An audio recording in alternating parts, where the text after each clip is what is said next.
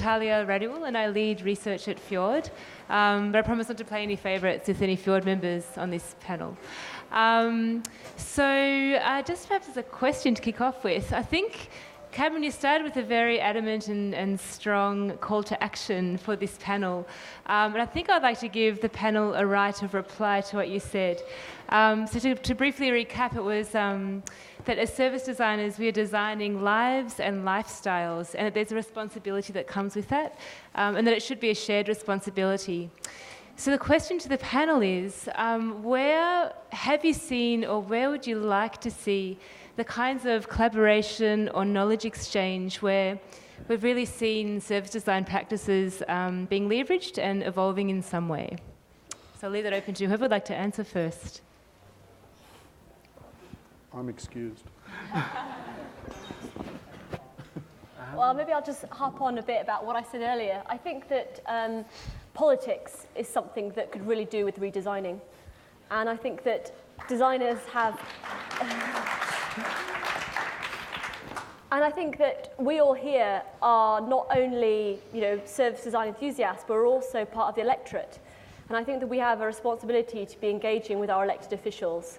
And I think that we could offer them so much in terms of how legislation and policy is developed in closer collaboration with citizens.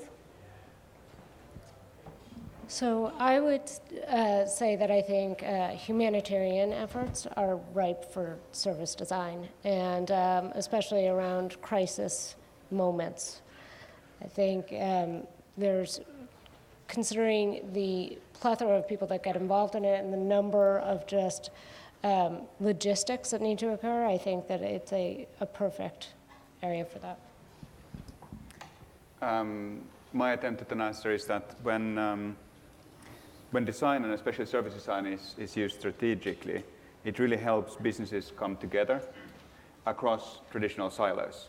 So if you think about the different perspectives, technology, design, and business, the reason that good ideas, good service design ideas fail, in my experience, has more to do with the inability for the organization to implement it, the inability for organizations to actually flex across silos, traditional boundaries, and so on.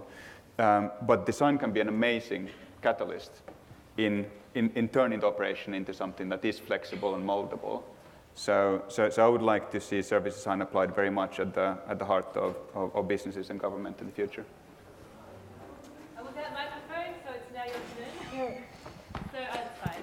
So I have to throw this. Apparently, I am hesitant, but I'm going to give it a go. Woo!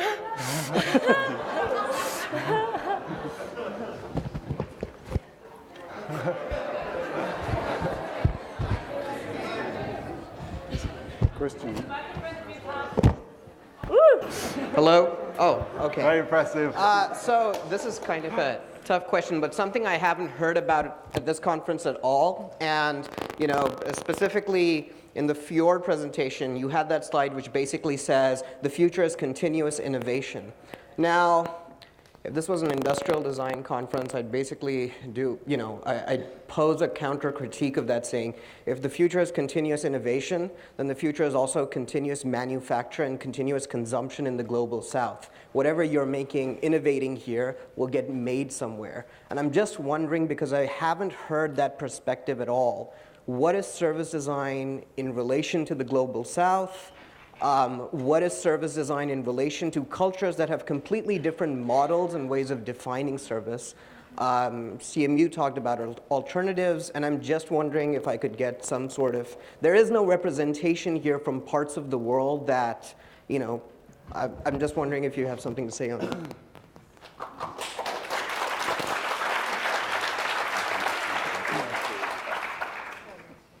So I'm wondering if the answer is don't.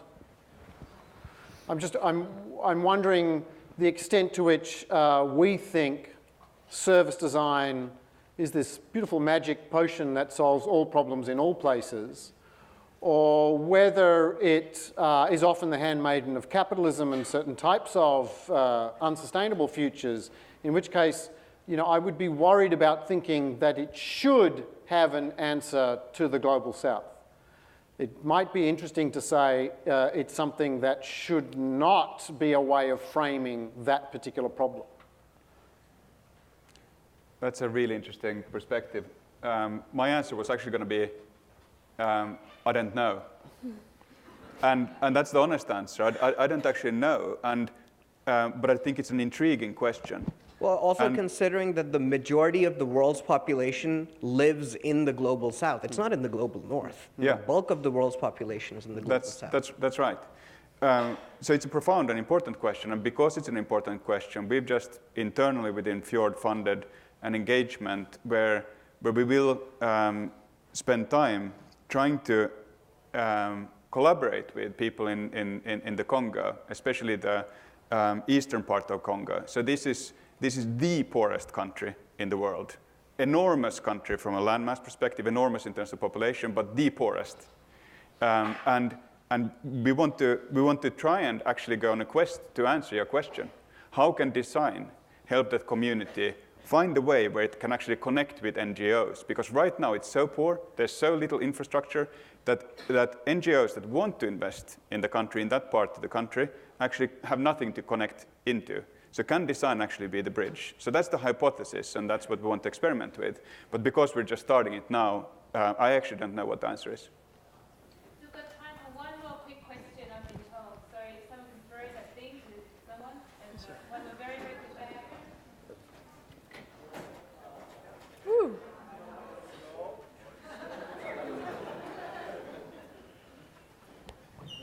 Well, is it on? Here we go. Well, my name is Rachel Mann, and I'm here not as a designer, but as a scientist. My background's in biology, and I'm hearing a lot of language that really resonates with me, thinking about ecosystems, living things.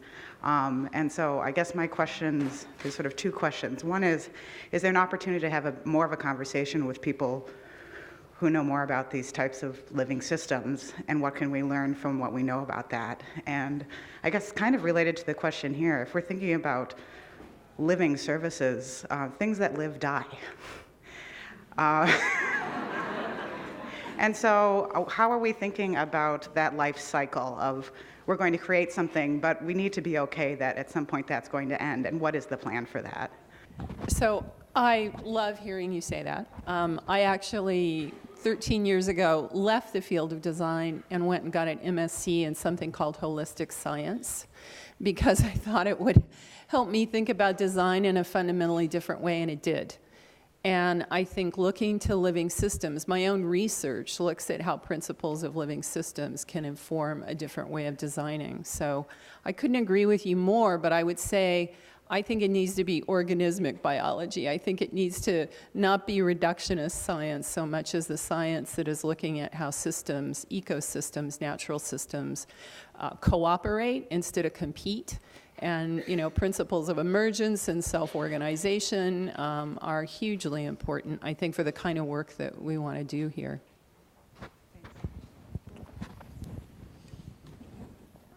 I would also add to that. I think when we think about living systems and living services, I think it's less about the idea that something will live and something will die, but it's a mindset as well, right? And it's the idea that it's really about an organic and fluid evolution that's happening slowly, right? So I think that if you think about that mindset, things are always going to die. But I think that the idea would be that it wouldn't be sudden occurrences of when that would happen, but it would be part of the overall cycle that is continually happening.